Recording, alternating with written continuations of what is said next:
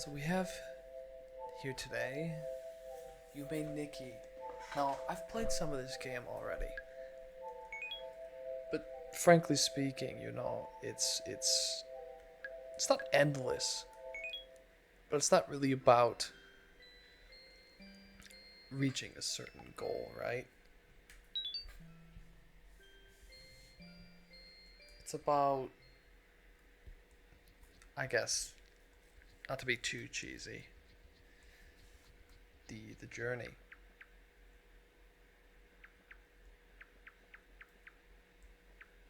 And now, I haven't finished it, but I've seen some stuff about it. And it can be a bit, I guess you could call it depressing. Odd. Maybe hopeful at times. I mean, even just with what we just saw. We're on some skyrise, right? We were just out there, and over in this corner, on the right side, there was a cloudy, kind of gloomy,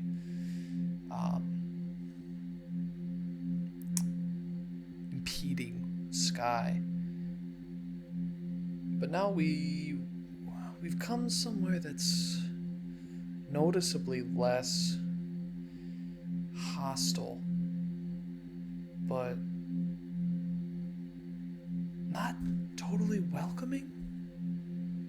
It's just, there's something off about it, this sky. It's better. It makes you feel more comfortable, but especially with the darkness going up and these kind of bland yellowish brownish clouds. It's almost insidious. Almost.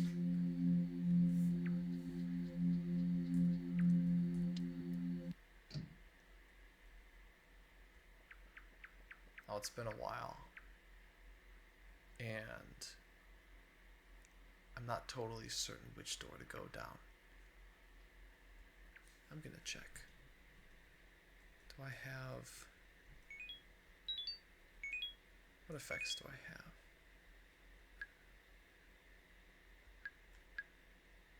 We could... Oh, we become a cat. It's cute, right? We'll go in this purple door. Let's see what awaits us.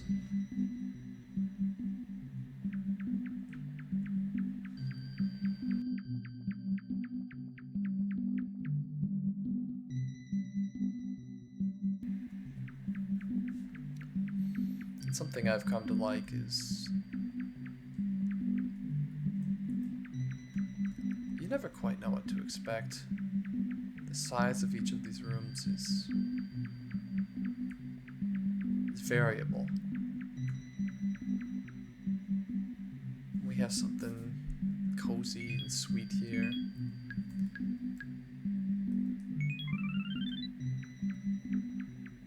Like the snow. Bed. Let's take a nap.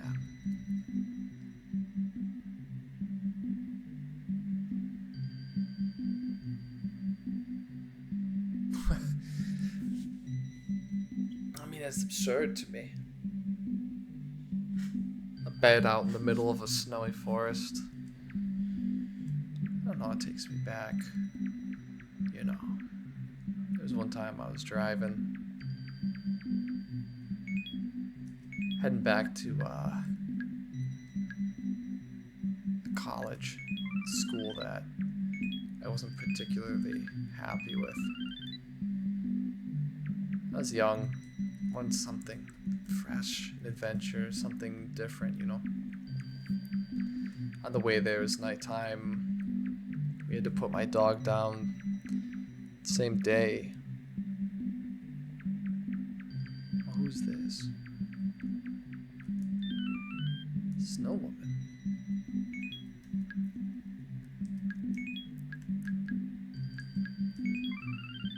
Oh, beautiful.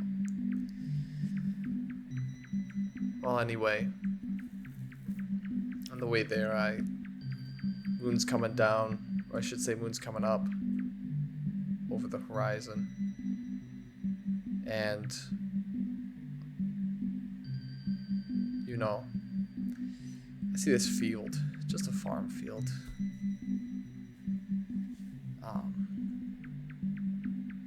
Covered in snow.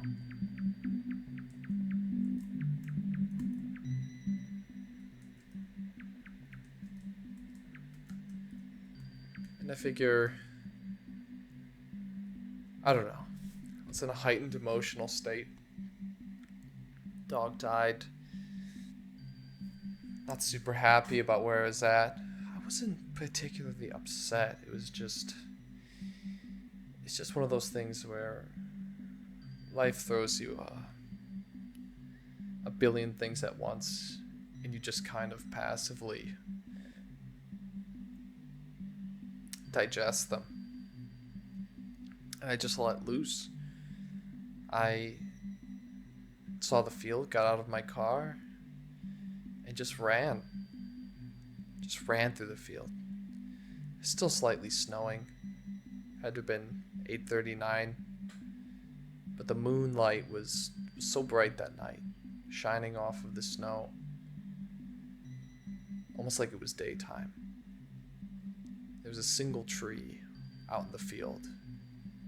Of course it was a conifer, it was a pine tree. And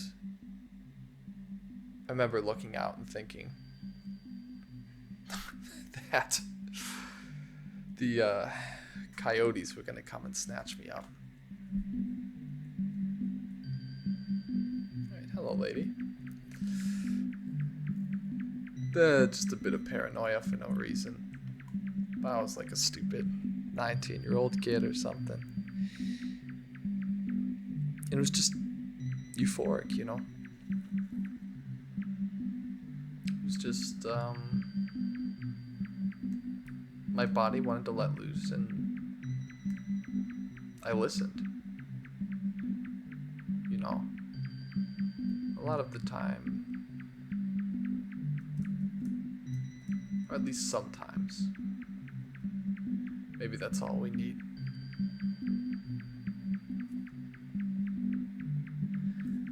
And you know, as they say, when you're getting older, you lose a bit of that adventure. And that's something I've been looking for. But, you know, I'm not sure if other people struggle from this same type of problem. But it's the more I want to go do it, the harder it becomes to realize. Well, here we go. Now we have a village. And almost like whoever this character's name, Yume Nikki or whatever. I don't know if that's the character's name. No, it's not, because Yume Nikki means like dream something, but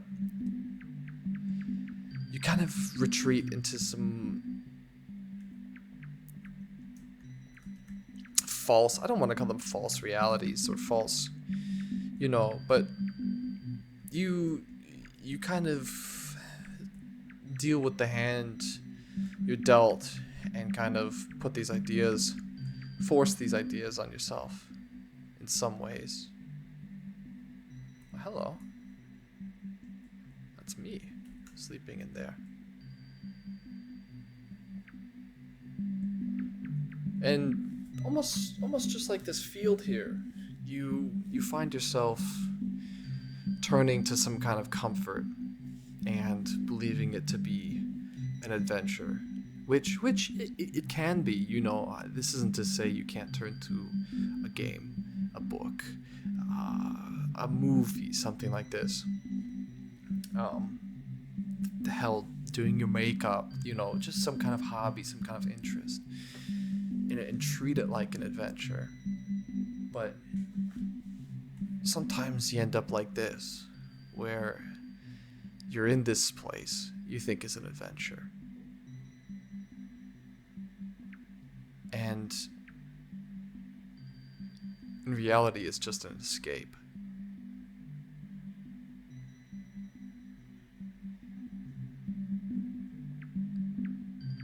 Where you're not necessarily uncomfortable. You're not perfectly comfortable, but you don't have that sense of pure novelty or even danger. And maybe seeking out danger is just something that rowdy kids want to do. But you kind of want to see something new, right? You want to go somewhere different.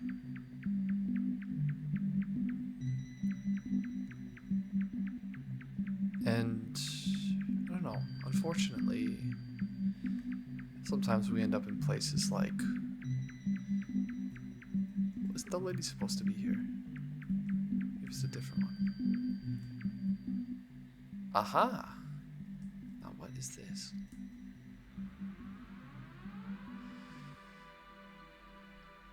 We sometimes end up in places like our character does here,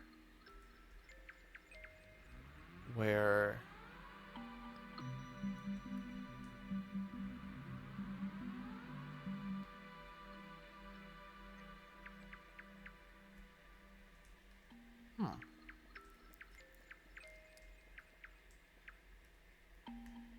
we become lost in these kind of labyrinthine, I don't know what you would call them, machinations, constructs of our own mind and our own lives.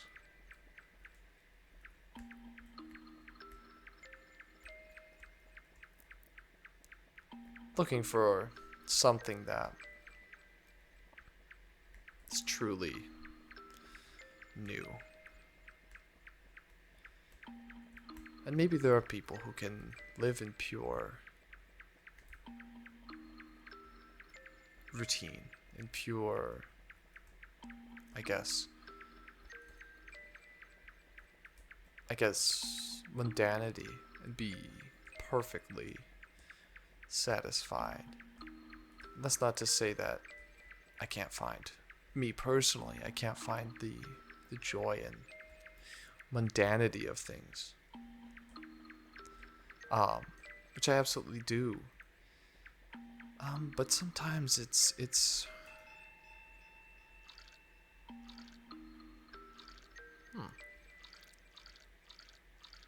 sometimes it's not enough. Maybe a frog? Will a frog be able to move faster? Okay.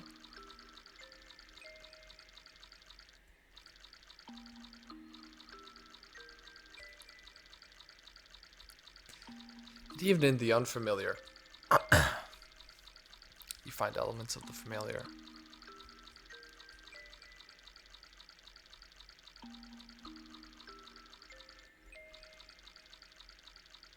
I don't know this place. I don't really know this game. But I've played enough games to know. Maybe I should put on the frog suit. I think it gets me thinking, you know. What if I were someone who were totally fresh to games? Would I catch on? Would I be able to navigate the way I can now? I certainly wouldn't have been able to when I was young. I would have gotten stuck. But there's something special about getting stuck. There's something special about being totally ignorant and lost.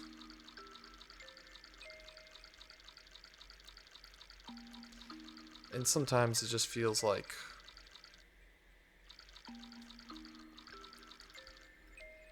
even if I know myself to be ignorant and lost, it doesn't always manifest in my own life. And the ways it does manifest require great effort. And unfortunately, or fortunately, however you'd like to put it, I've got the brain of someone who likes to figure things out.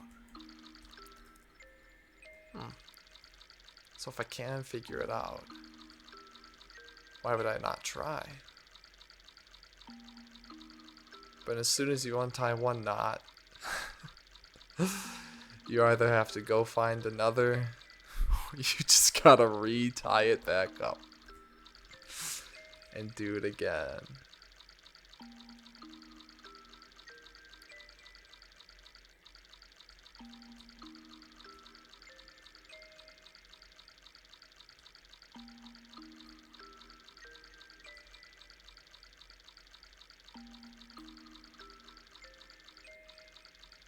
I gotta get out of here, man.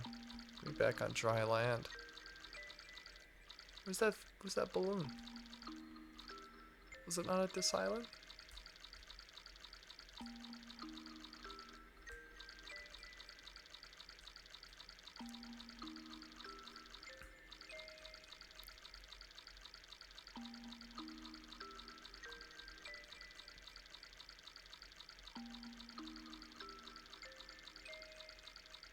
Alright. I'm definitely lost. Well, that's a bit exciting, isn't it?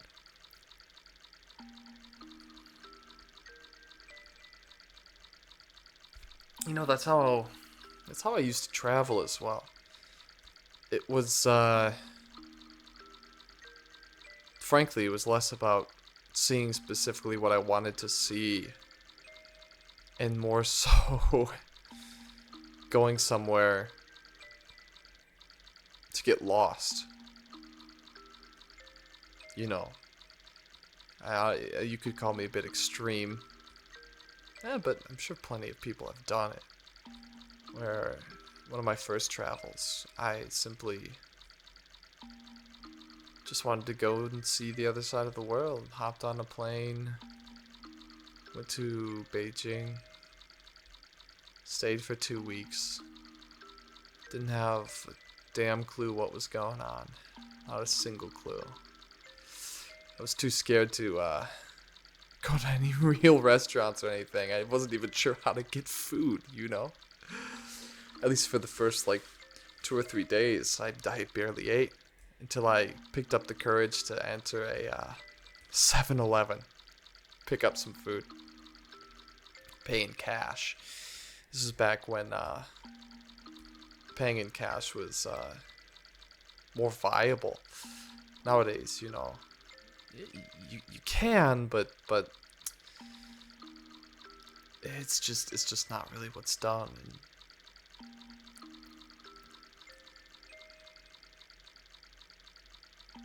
meeting people, talking to them.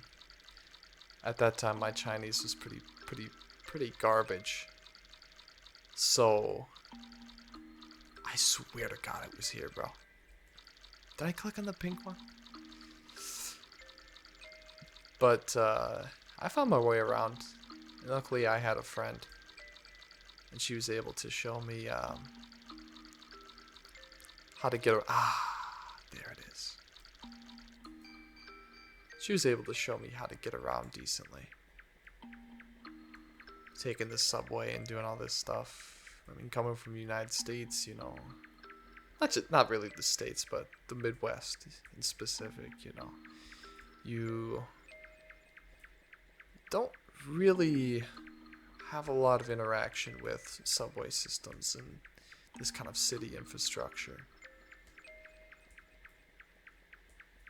It can kind of get lost on you a bit. But the trip was just, I mean, it was fantastic. Bunch of old guys sitting around a table, watching their friend play some, what is that game? I don't know, some kind of dice game. You guys start playing. A couple more come over to watch. And before you know it, there's a crowd of 50 guys standing around a table, smoking cigarettes, watching each other play some dice game. Or maybe it was no, maybe it's that like a tile game. It's like mahjong, but it's not mahjong. Be a demon. I'm gonna go talk to that woman as a demon.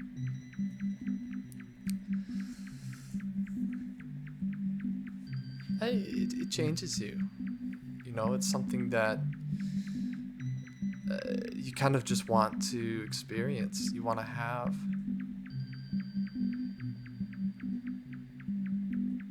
Hello, lady. Talk to me. I'm an evil demon. What is the snow woman? You won't even interact with me. Well, sometimes you just want a little more.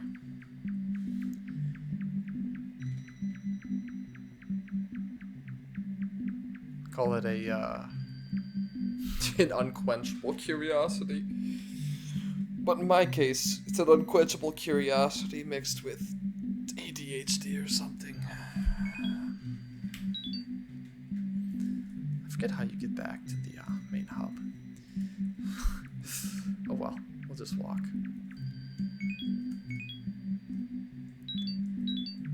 And so it's a constant battle between let's try out something new. Let's push ourselves a little bit, go to this new place, new spot, new this, new that, and then relying on, well, I know this. Relying on that routine. The familiar. It just, you know, dealing with general executive dysfunction in some realms of life. It's not always the easiest. And I noticed there's sometimes I just want days at a time to just be set aside for me to just do anything I want, which usually ends up being nothing. I swear to God, there's a button that returns you.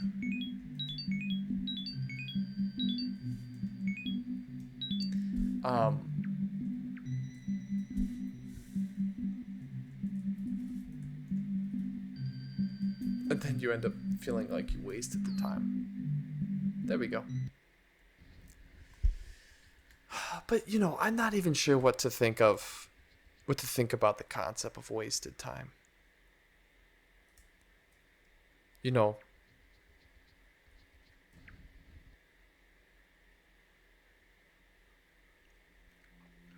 I mean, you know, there's that idea of whatever his name is said it, John Lennon or something. And now it looks like I'm on the damn moon.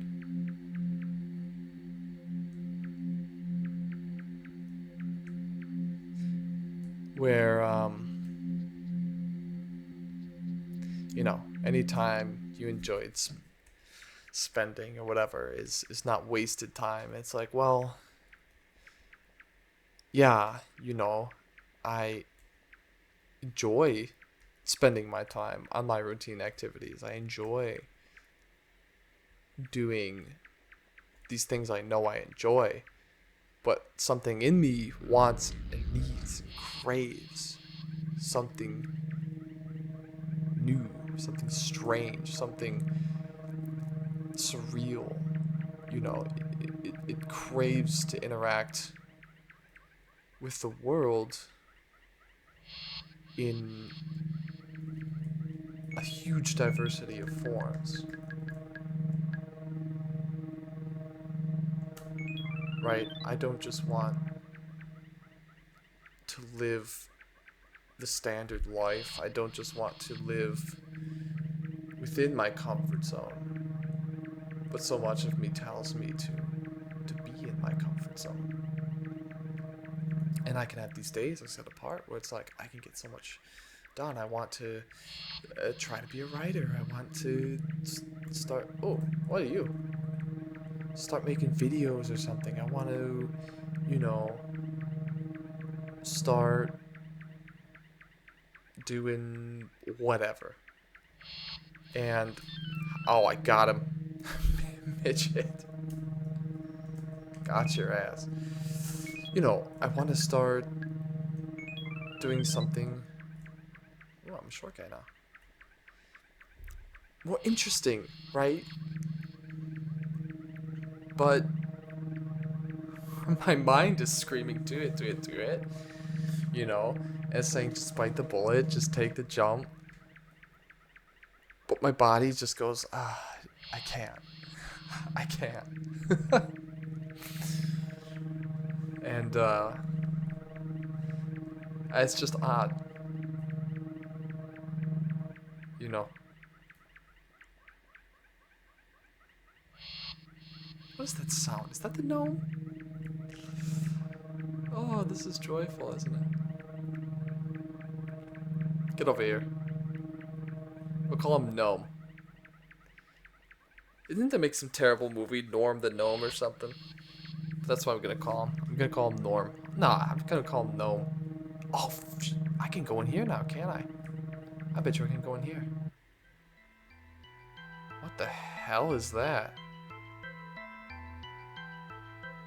That's that lady from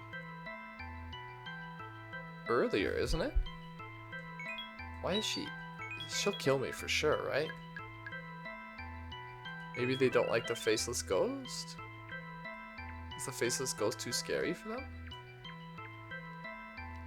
Is she chasing me? Why is she moving like that?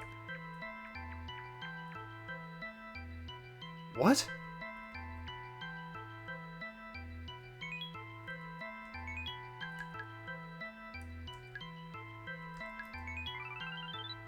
Oh, this makes it snow.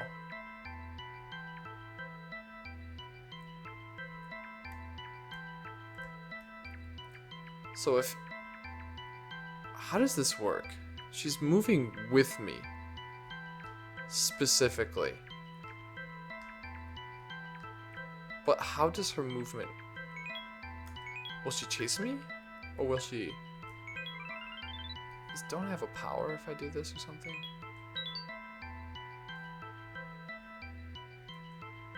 Is it one? Oh, that doesn't seem to do anything. Well, I guess we'll just go up this way.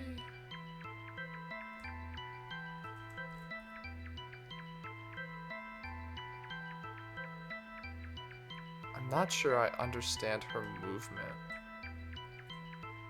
but it doesn't matter. A lamp. I have a lamp.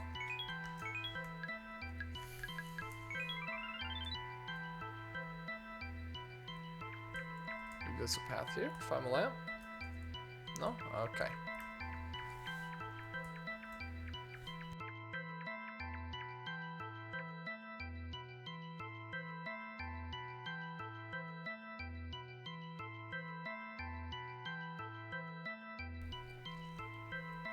I just feel like she's trying to chase me or something.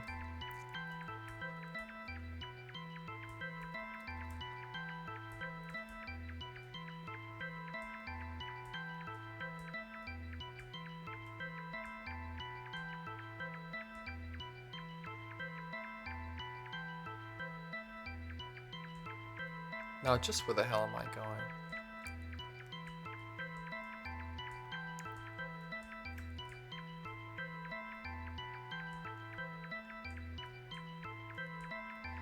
Is this like the, gonna go meet up with like Jack the Ripper or something. Oh no, it's, what's that guy's name? What?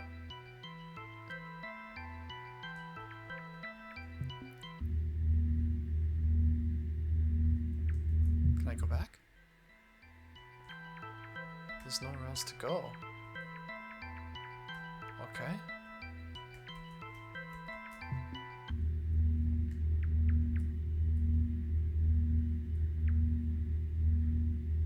Is it following me?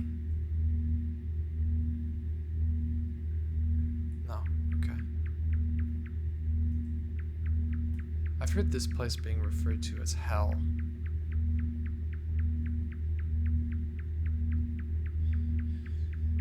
Or like Hell 2 or something. They say there's multiple.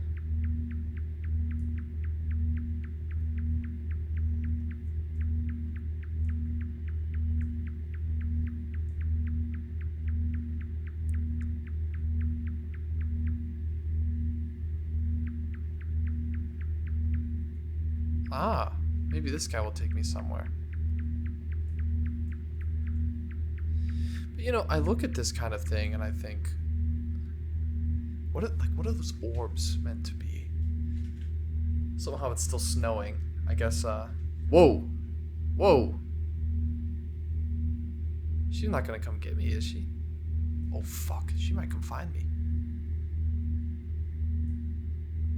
Oh, I gotta get out of here. She's finding her way over to me. What the hell is this?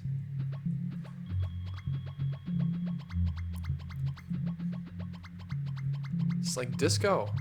Careful, man. Epilepsy warning, huh?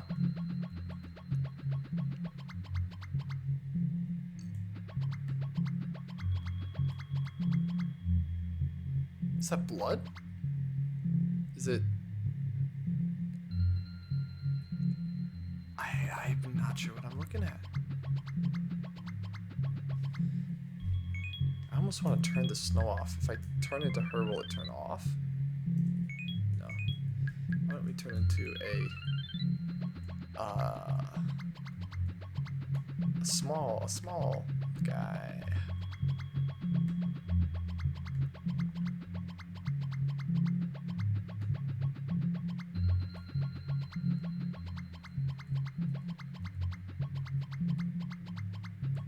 Ooh. Oh. Okay. Okay. This is more like it. Oh, I know. I remember what the cat does. Was it what? Was it one? Come here, my little pretties.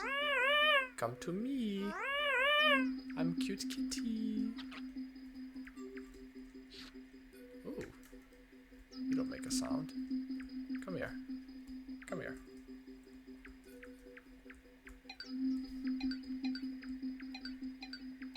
Something I like about this game is, you know, the game's kind of conditioned you to enter a room like this.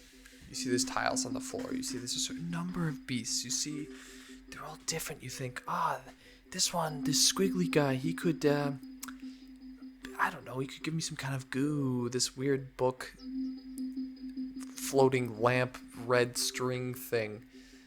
This smiley face. They got, you know, the tiles. You know, you step on them in a certain way. You figure out, you unlock the secret room and get the item. But, you know, in this, it's just, you don't really need that purpose. You just kind of go around and see and just interact with the world. And those deranged, tall ladies, they present some kind of danger, so it's not as if everywhere is just safe. And frankly, this place is a crazy cool disco. It's a little overwhelming, isn't it? It's like a Aztec, like, you know, with these kind of crazy drawings. But then these, they look like, well, they almost look like those beads, right? Those kind of beads that, maybe that's also South America. I don't know. Maybe it's, I'm not totally sure. We get circuit boards here, arcade cabinets, whatever the hell those are. It's just this crazy mix-up of a bunch of crap.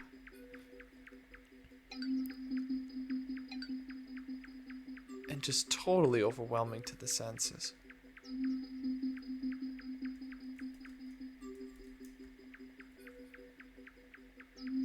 And especially with the infinitely repeating corridors and Now this reminds me of...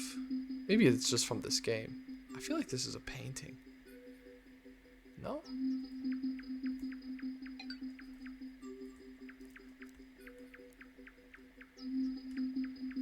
Oh, and see, this thing's got some... You can't go past it, which means... It's meant to be like standing up in a 3D space, I think. It's not even just like a Nazca line or something. It's like a... Is it a living creature? Is it a statue? But this one you can walk all over.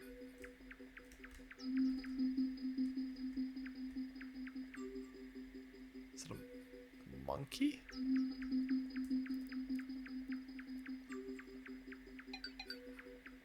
Oh, see, this guy's solid. But oddly enough, these parts up here have nothing connecting them to the body. So just what is it supposed to be? A chicken? See that? His little triangle part is his beak. He's got 2 eyes. Little wings coming off. And those 3 purple triangles are his gobble. Don't know what the top of it would be. Maybe he's wearing a hat.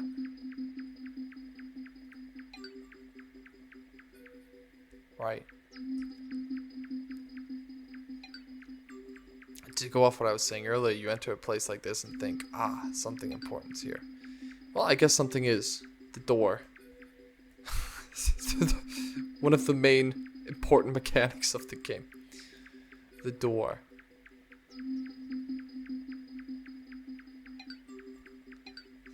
But...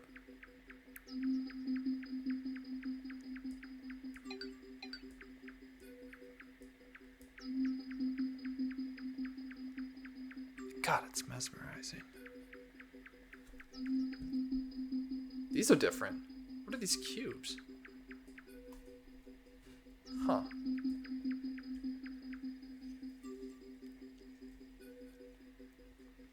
What is this? What is this? I want to say this is its body. Right? And this is a leg because my brain wants to tell me it's like a messed up cow. But this also looks like it's something coming off his head, coming down here. Like a tail or something. No, that's his tail with it. Dude, who knows? Who knows? It's a strange, odd creature. You can say it is what it is. Oh. That's where it came from. Why don't we find somewhere different? Maybe we'll go back to hell. Let's get out of here.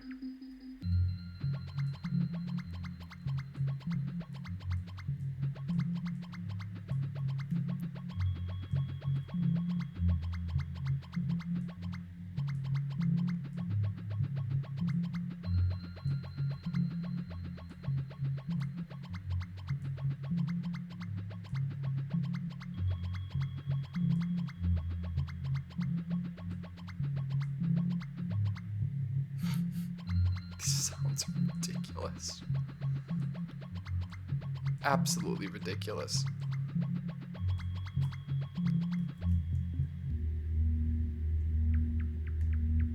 That's more like it. Now I can enjoy this low hum. Oh shit. Oh, pardon my language. I'm going to go the opposite direction.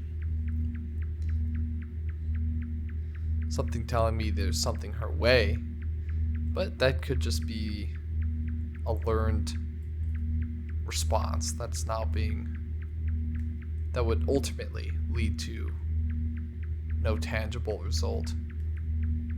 Because this game, it's almost like an anti-game. It doesn't play by the same kind of rules. It has some elements, right? You could almost call it a collectathon. It's not a collectathon. But you do have to collect things. And from my understanding, there is an ending.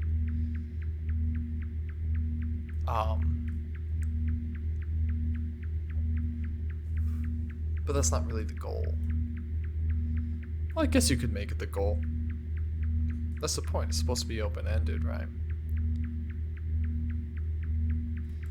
I've come to notice that... Have I walked this way?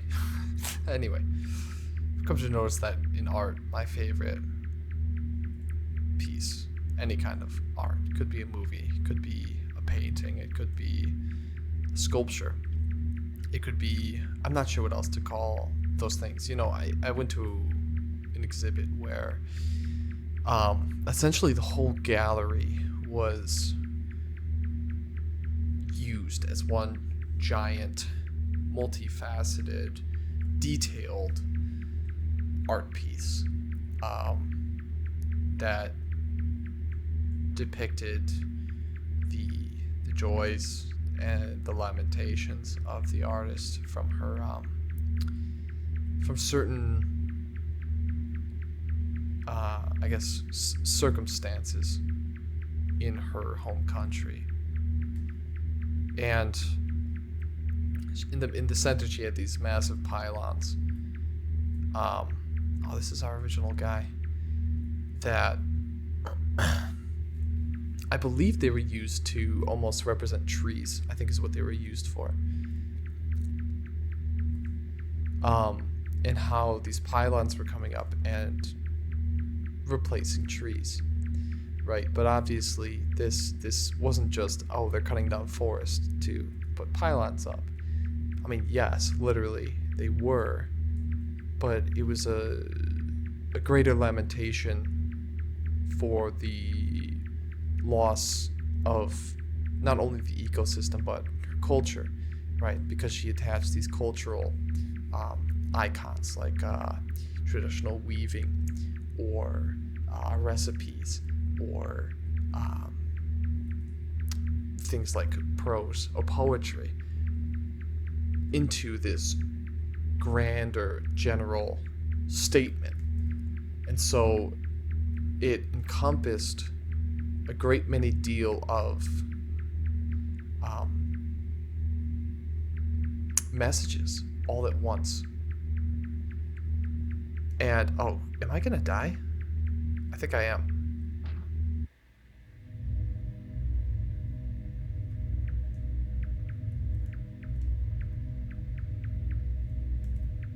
And am I actually stuck here? Am I in detention? Huh, that's interesting. Even in my own dreams, I can become trapped. The place where I'm supposed to be infinitely able, I guess, omnipresent, omnipotent. Even in here, something in my psyche is limiting me. It's interesting. Human condition and all that. Yeah, but anyway, this art exhibit.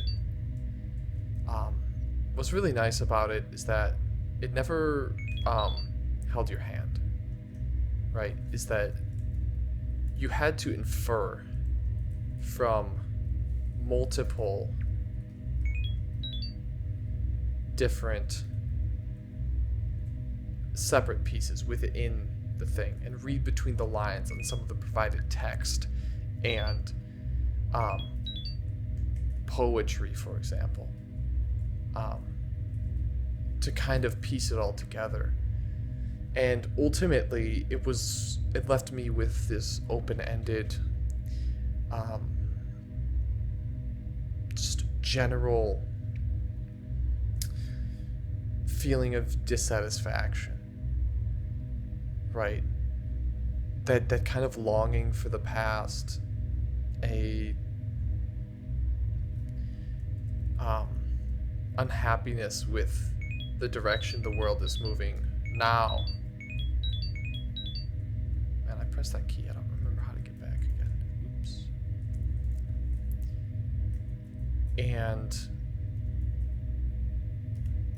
But still a kind of joy, right?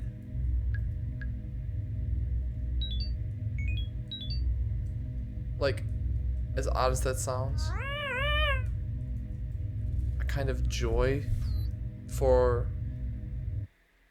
her own culture, a joy for life that still existed in there, in a remembrance, in some kind of orientation towards the future. It left you looking forward to something, but kind of empty, you know. That feeling that, yeah, you can do anything. The future is up to you. How are you going to make it? What are you going to do? Do we have no choice but to accept the pylons? Do we do our best, despite the pylons, to restore what once was? Do we essentially lose hope and let the pylons determine how we live our life? It's hard to say. Everyone will choose something different. And I don't know. It's not an easy question to answer. It really isn't. But then again, there's no need to take things too seriously.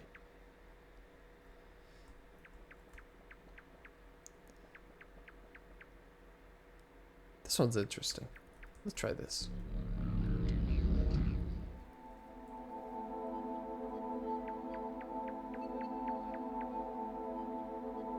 Wow.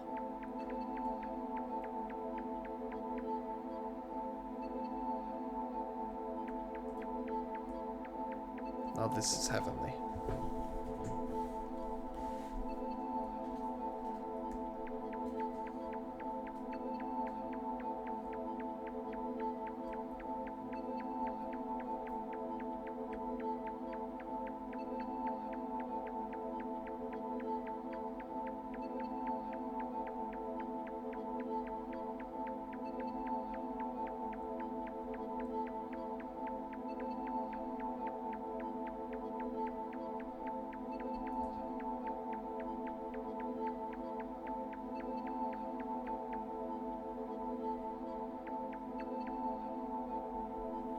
This is so odd. It's like...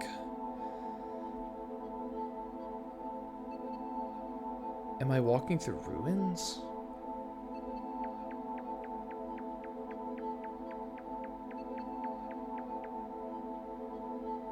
What happened here?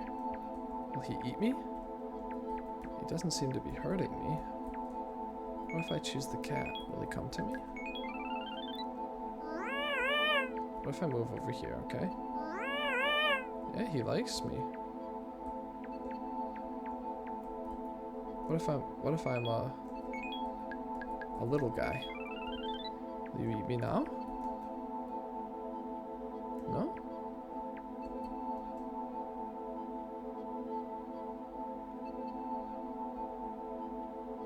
Huh.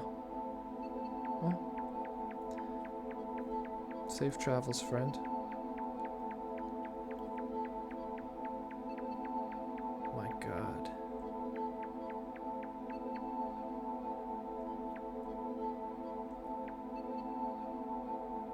Wow.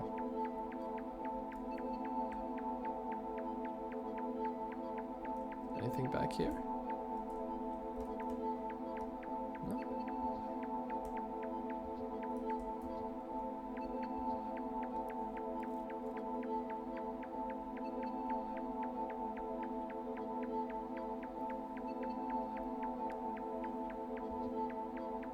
Well, this is where I came from.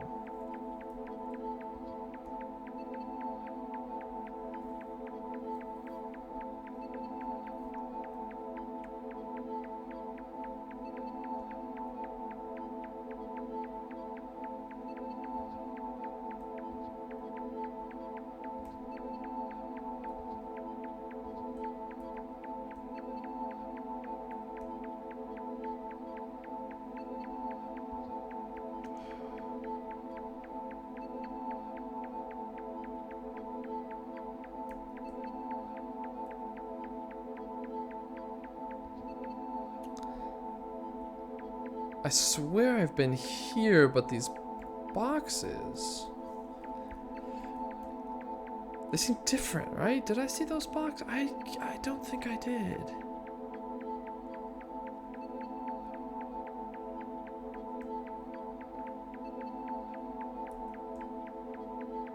It's odd, you know, it's difficult to contend with those those parts in yourself that struggle so. You know, there's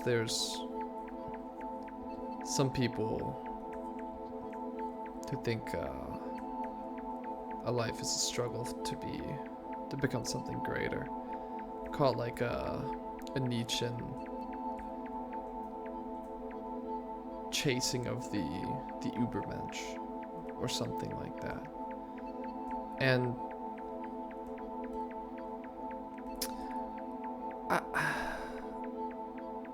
I don't know how to feel about such a thing.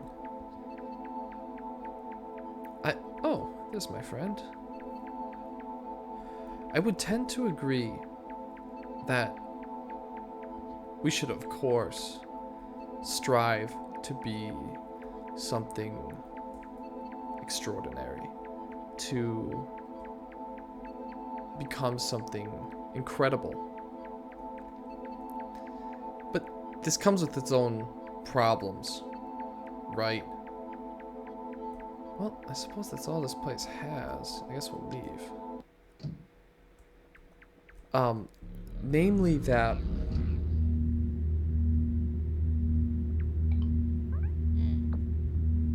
oh, that's fun. Namely that, like, let's just say, for instance, that someone wishes to become the best version of themselves. Okay, that's great. I would... Oh, a toilet.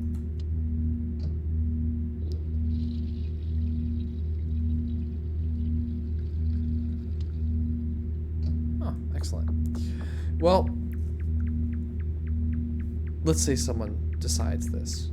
What are they going to define as their best self? And for the most part, this would be like unproblematic, right?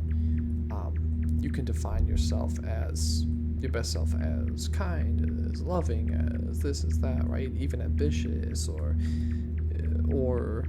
assertive, you know, things that are generally positive, but can be negative. Everything is like that, you know, even kindness, right?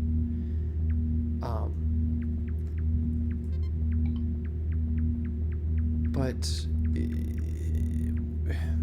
the issue is that very often you might have a concept of an Übermensch, and how people view it isn't as a personal journey, but rather they want to be viewed as the Übermensch. Well, this is a hand. Is this a creature that I'm walking on? Right, they want to be essentially viewed as an Übermensch, and therefore they wish to craft themselves into something that is, by standards that they see within the society, excellent, but isn't necessarily excellent. And maybe this comes off as reductionist, but it's like, what can we truly call excellent? I think we can agree on some more or less objective measurements of excellence that have survived over time, and we could maybe make some kind of claim that, well, that what helps us survive as a species is excellent, that which overcomes common vices, and not just vices that we might have in a Christian world or in a whatever world, but vices that are as close to universal as you can get. You overcome those, and you become essentially more rounded, more human. You latch onto the things that make life better for you and for others. But, you know, as I've just said, the issue really comes in with, is it how you view yourself, how you feel about yourself, or is it about how society views you? And then you add in this extra layer of, for some people, their view of themselves is reliant on how society views them, for better or for worse. And so if someone has this view, are they incompatible with the concept of the Übermensch, or is the concept of the Übermensch not sufficiently fleshed out so as to include people like this? So ultimately, not to get too like Jordan Peterson-y, but what exactly are the it's a little smiley. What exactly are like the standards here? Like how is it defined? Right? So when it says become, someone says become your best self, and you can take pride in that. Yes, you can, and you should. But in 100 years from now, will that still be viewed as the best self? Are you really chasing a truth, or are you still like the rest of us, like all of us, more or less hopelessly trapped in, I shouldn't say hopelessly, but I'd just say trapped in our particular culture and time? It's I guess it essentially gets extended into, whether or not such things are objective or subjective. I mean, realistically, you can call some things objectively bad, but really what that means is that like let's say murder, right? I guess we could say it causes more harm than pain, but then it's, what if you kill someone who was gonna kill a lot of other people? Then is murder bad? What if you knew preemptively that they were gonna do something in the future and you stopped it before it happened? Is that bad? Because that's murder, right? Or is it, right? I mean, like these kind of conundrums, they test these ideas and they kind of show how we might, mix up definitions, right? Based off of scenarios, even though the base action, if looked at totally nakedly without any context, is more or less the same. Like the one I just said, right? Is it murder if you are preemptively preventing a crime? Is it murder if oh gosh, I just had something in my head, but or if is it, yeah, well, I guess that's a good one. Or is it crime prevention? It's frankly it's just almost grasping at straws with definitions. And so, in some ways it makes me a little nihilist, where really when you dig into all this stuff and you really think about this stuff, at least for me personally, I can't really find anything in particular to latch onto as like a universal truth or something so potent.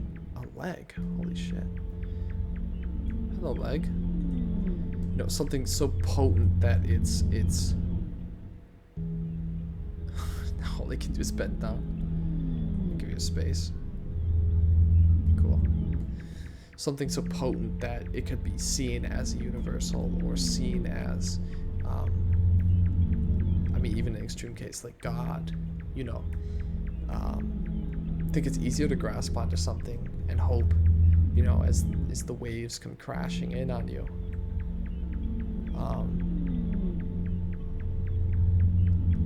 But the more I look into these things and think about them, you can have your concept of what's right, but then you can see clear counterexamples or consequences. And you have some people bury their head in the sand. Oh, I was just here. Or you have some people deny reality as they see it. And I've come to find that, ooh, this is a monkey. Ooh. Even the things that, ooh, people might hold so dear and so, I guess, so near and dear to their hearts.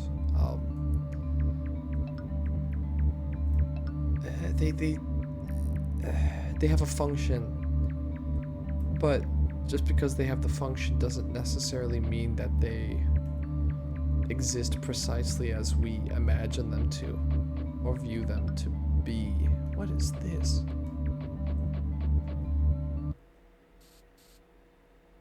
Huh? What? Oh, it's an invisible maze, like fucking, like Koga's gym. Can I go behind this thing?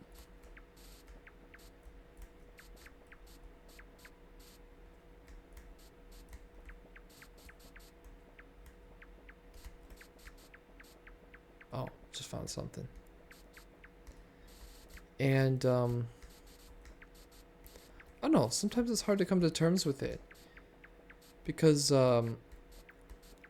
especially when, I don't know, especially when I was younger, I felt pretty confident in having a view of the world that I could say, at least in my mind, thought was correct, or, you know, a proper view of the world. But, you know, I've come to find that there isn't really such a thing. You have a wide variety, a huge diversity of different ways to see the world. And what someone thinks is right might be what someone else thinks is wrong. And instead of saying, no, you are objectively wrong about this, no, life is not good if you do it that way, and if you do it this way, and you kind of see them survive and thrive in the way that they say they prefer to live. And it becomes, well, simply speaking, it becomes bad faith to claim that they're wrong. If they're doing fine and they're getting along and they're hell even happy about it, who am I to say, no, your way of living is wrong? How could I possibly say that to them? Oh, is that it? Oh, this is a maze, all right. You know, obviously we can have certain benchmarks, like, oh, you're living healthily. Oh, you're living happily, you're living freely, you're living this, you know. And that doesn't prevent me from having my own values. But it allows me to be a little bit less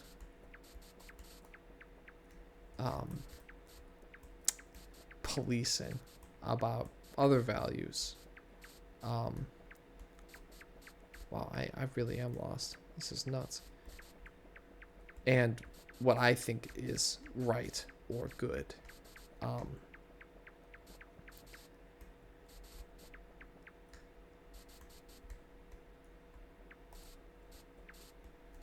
What the?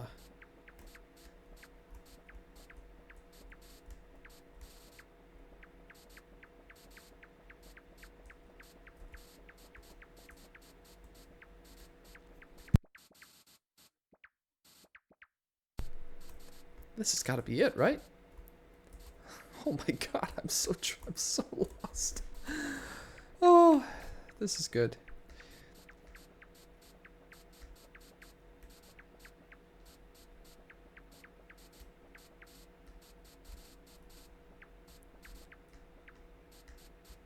Gosh, all my focus has gone onto the game. The static is driving me nuts.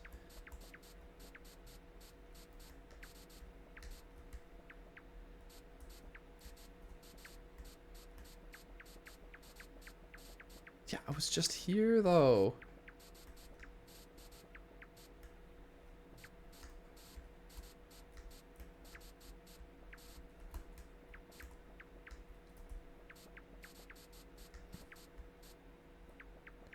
Oh my god.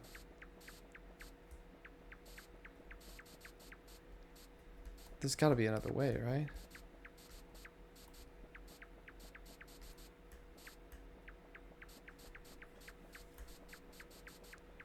Oh, this could be it.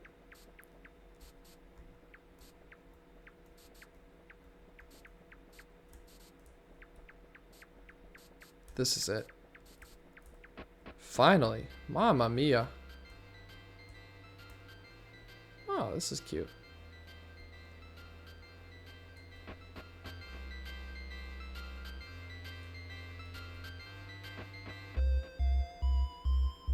What the heck?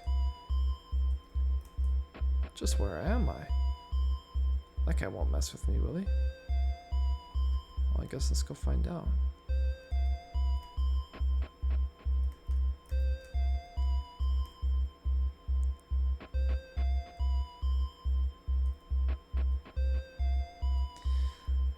But I suppose to just continue that thought, it's really, frankly, the more I learn about the world, the easier it is to just kind of let go.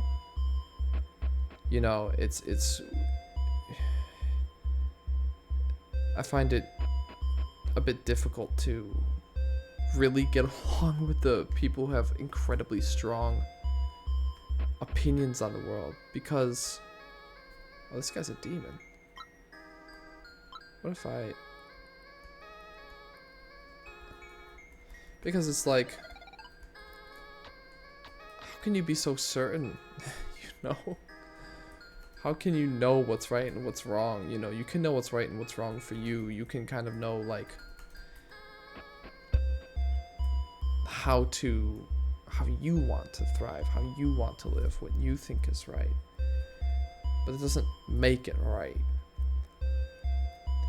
I can have all my views on everything, but it doesn't matter. I mean, it's like trying to get your friend to get out of a relationship that you think is bad for them. You know, especially if it's unexamined. Do you dislike the relationship because you think the person is stealing your friend away? You don't like the way your friend is changing? Maybe it genuinely is toxic? If it's genuinely toxic, I can understand, but at the end of the day, it's still not really your place to tell your friend what to do, you know? Yeah, it'd be nice if they listened to you, but, you know... Okay, this place is nuts. It'd be nice if they listened to you, but it doesn't mean they have to, or they're going to.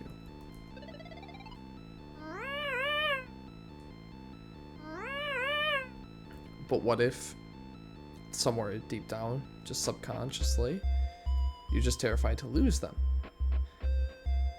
And you justify it to yourself as some kind of like crusade. You know, oh, I'm gonna save my friend from this bad relationship.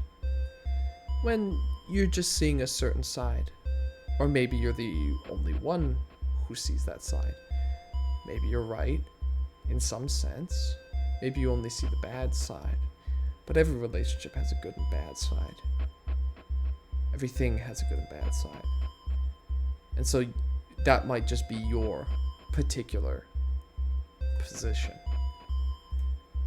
when viewing this relationship from the outside. In which case, is it totally accurate? No. Clearly not. Of course, the opposite is true. If someone sees it's only good, it's perfect match made in heaven, well, you know, that certainly can't be the case. Because again, we live in a world of messy in-betweens. Messy in both a good and a bad way.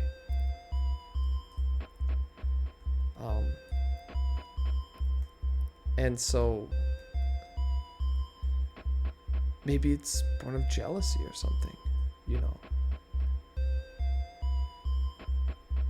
And I don't know, you can call it sacrilegious, but in some senses, I think for a lot of people, your average person, a lot of morality is essentially viewed in the same way. A lot of people seem to make claims just based on disgust or based on what they view as right, which ultimately morality in some sense is, unless you're trying to take an objectivist stance. Not objectivist, I shouldn't say objectivist, but just an objective stance. I think I was just there. But frankly, a lot of it for your average person just comes down to what they think is yucky and what they think is not yucky. Or in some cases, well, this is what we do in society. This is just how society is, and that's what the law is. That's what's moral. You know, and at least in my quest, looking for some kind of more consistent or objective morality, something like this, I haven't really found anything too compelling. I haven't found something that's really made me think, yeah, it is objective.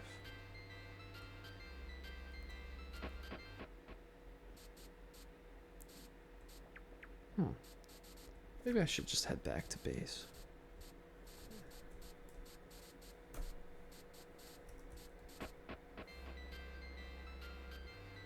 Okay, we'll go up.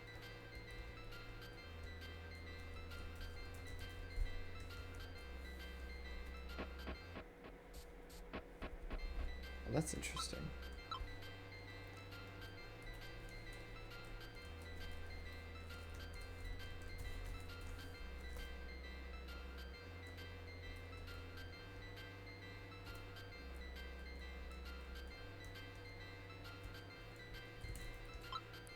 I need to somehow get back to base and save, but I still have forgotten the key. Maybe I should learn it.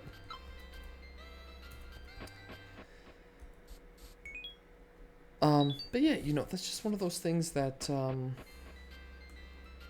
it puzzles me. It's something that I like to think about, you know, and explore. Why don't we do blonde? Oh yeah. Especially because its implications, I think, are really, really big in our world. But that'll be that for now. I'm gonna give this a quick save and I'll probably hop off for some time. I'm getting a bit hungry. I'll need to snack. Excellent. I got 10. Perfect. Well, I suppose that'll be it for now. So, I guess thank you all for listening. And, I don't know. I might keep just, carving out some time to make videos. We'll see where it goes. Anyway, thanks everyone. I'll catch you later.